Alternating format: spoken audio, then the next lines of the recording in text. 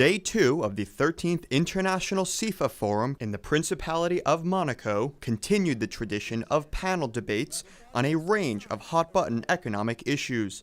First up was a passionate discussion about the dangers of corruption, financial excess, and bad economic policy, with speakers offering varying perspectives on who or what is to blame. All the easy money policies of the world central banks have created a very unstable system where the wealth is all going to the top, but not because it's being earned and deserved, simply because all that liquidity provided by central banks is enriching the financial sector, while at the same time destabilizing the economy with bubbles. And when those bubbles burst, it's going to be rather unfortunate. Europe and the United States are increasingly dominated by the largest banks, and the largest banks are the problem. They're the ones that are recurrent leading of these frauds, and of course they're so big that they're treated as too big to fail, and that completely distorts the economy. The principal blame lies with the central institutions, governments and central banks. They created the liquidity which tempted the financial institutions into misbehaving in the way that they did, and that they're probably both sets to blame, but in fact I have to say I think the former more than the latter, and I think the solution, as I said before, is to tighten money. So it's left and right who are too close to the banks. Seems to be a unanimity political towards for bank to help the financial lobby. And I think that umbilical cord has to be broken if we want to have a return to ethics, a return to good behavior.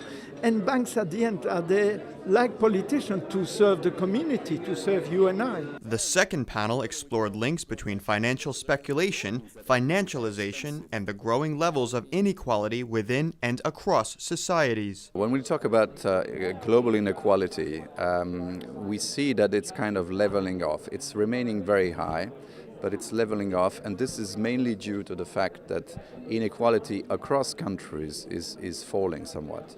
Inequality within countries, within each country, remains high and needs to be addressed. Of course, to fix a system, by definition, is very, very hard, right? Because it has many cogwheels, and the speed of a cogwheel is dictated by the big machine, which are running the other cogwheels. So let's be pragmatic and let's be realistic. To change a system is very, very difficult, if nearly impossible. Too much easy money drives away ethics, or too much easy money drives away concern for good outcomes. And when we have too much easy money, and when money circulates so fast through computers, it changes the way people think about themselves and about the system. They get detached from real people and real outcomes. Later, finance professionals from Luxembourg showcased reasons why their small European country is a big area of opportunity for financial investment and services. We have a unique customer protection scheme where the policyholder is not only guaranteed his assets until 70,000 euros, for example, that's the case in France, but it's unlimited.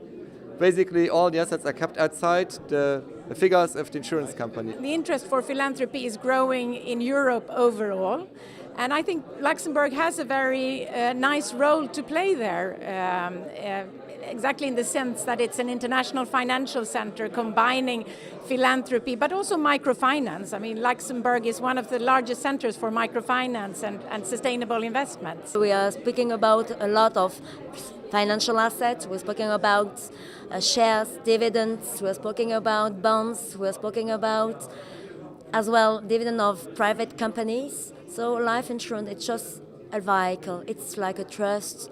The Principality of Monaco can serve as no better destination for a forum discussing finance, wealth, and good economic management.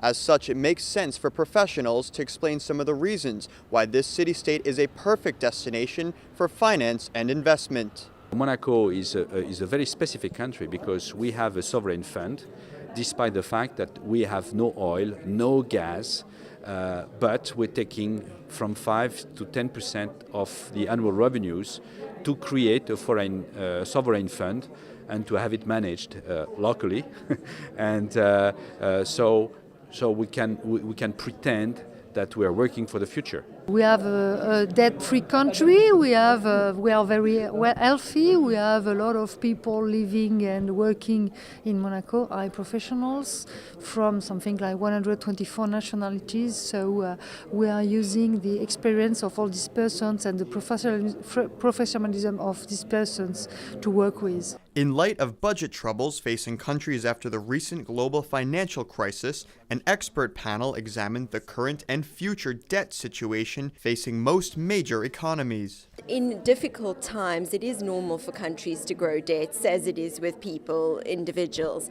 But the question is, what do you do in the good times? And I think there has been a tendency, particularly in Europe, for people to spend more than they earn, and by people I mean governments, sovereigns, and not pay down debts in the good times. And so when the bad times hit, then you see a spiraling, and that's the time when you actually do want to be running up large deficits. The solution was the government debt, the public debt was a temporary solution. And now if growth is going again, then the system can go back to normal.